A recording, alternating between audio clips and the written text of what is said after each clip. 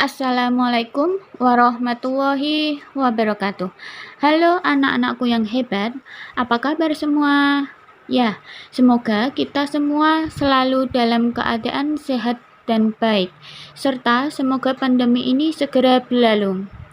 Nah, di video ini kita sudah masuk materi pertama di semester kedua kelas 10, yaitu teks negosiasi. Kita akan membahas tentang mengevaluasi pengajuan, penawaran, dan persetujuan dalam teks negosiasi. Nah, video ini sudah sampai di mana saja ya? Yuk tuliskan di kolom komentar. Terima kasih. Selamat datang di YouTube channel Yariski. Jangan lupa like, subscribe, dan nyalakan loncengnya. Terima kasih. Seperti biasa, sebelum kita melanjutkan ke materi pembelajaran, kita harus mengetahui kompetensi dasar. Kompetensi dasarnya 3.10 mengevaluasi pengajuan, penawaran, dan persetujuan dalam teks negosiasi, lisan maupun tertulis. 4.10 menyampaikan pengajuan, penawaran, dan persetujuan, dan penutup dalam teks negosiasi lisan maupun tertulis. Sedangkan indikator 3.10.1 merumuskan ciri teks negosiasi. Kemudian 3.10.2 menjelaskan cara menyampaikan pengajuan dan penawaran. Selanjutnya 3.10.3 menjelaskan syarat tercapainya persetujuan atau kesepakatan. Baik, mari kita lanjut ke pengertian teks negosiasi. Yang pertama, proses tawar-menawar dengan jalan berunding untuk mencapai kesepakatan bersama antara satu pihak dengan pihak lain. Yang kedua, penyelesaian sengketa secara damai melalui perundingan antara pihak yang bersengketa. Jadi, dari pengertian ini kita dapat mengetahui pengertian dari teks negosiasi.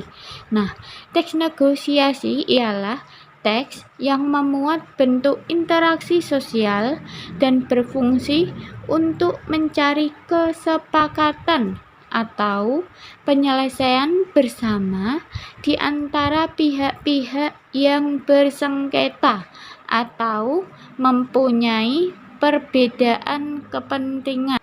Jadi, dapat diketahui bahwa terdapat 3 poin utama dalam teks negosiasi, yakni yang pertama, kesepakatan, kedua, pihak, dan ketiga, sengketa. Tujuan teks negosiasi yaitu untuk mencapai kesepakatan yang dapat diterima oleh kedua belah pihak dalam melakukan transaksi atau menyelesaikan sengketa atau perselisihan pendapat. Selanjutnya, kita akan membahas tentang ciri-ciri teks negosiasi. Yang pertama, partisipan atau pihak yang menyampaikan pengajuan dan pihak yang menawar. Yang kedua, adanya perbedaan kepentingan dari kedua belah pihak. Yang ketiga, ada kesepakatan sebagai hasil negosiasi. Selanjutnya, kita akan membahas tentang cara menyampaikan pengajuan penawaran, yaitu pertama, pembeli dan penjual harus bersikap sopan. Yang kedua, tidak menekan pihak lain dalam menyampaikan pengajuan. Yang ketiga, menyertakan alasan dalam menyampaikan pengajuan. Yang keempat, menyampaikan alasan dengan cara yang halus. Adapun syarat tercapainya kesepakatan, yang pertama, menerima alasan yang disampaikan pihak lain. Yang kedua, mengajukan tuntutan sebagai mencapai titik temu. Selanjutnya, apa saja faktor penentu keberhasilan negosiasi itu? Nah, di sini ada 4. Yang pertama, kesediaan semua untuk berkompromi dengan pihak lain. Yang kedua, tidak ada pihak yang dirugikan. Yang ketiga, alasan yang disertakan mampu mempengaruhi pihak lain. Dan yang terakhir, kesepakatan yang dicapai bersifat praktis atau dapat dilakukan. Tentang sapaan tuturan teks negosiasi. Sapaan atau pasangan tuturan adalah tindakan saling memberi pesan dan merespon antara partisipan dalam kegiatan negosiasi. Contohnya sebagai berikut. Yang pertama, ketika ada yang mengucapkan salam, berarti harus ada yang menjawab salam. Yang kedua, ketika ada yang bertanya, yang lain menjawab dan tidak.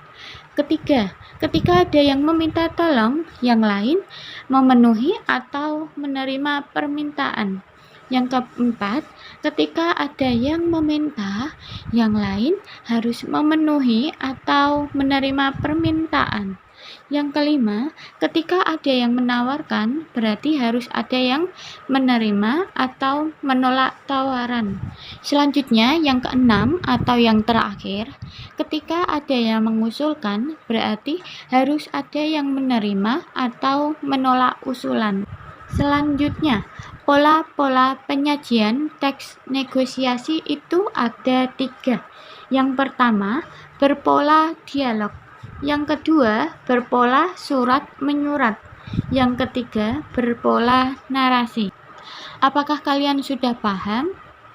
Baik, selanjutnya selamat belajar semuanya. Terima kasih telah mengikuti pembelajaran dari awal sampai akhir. Sampai jumpa di pertemuan selanjutnya ya. Wassalamualaikum warahmatullahi wabarakatuh.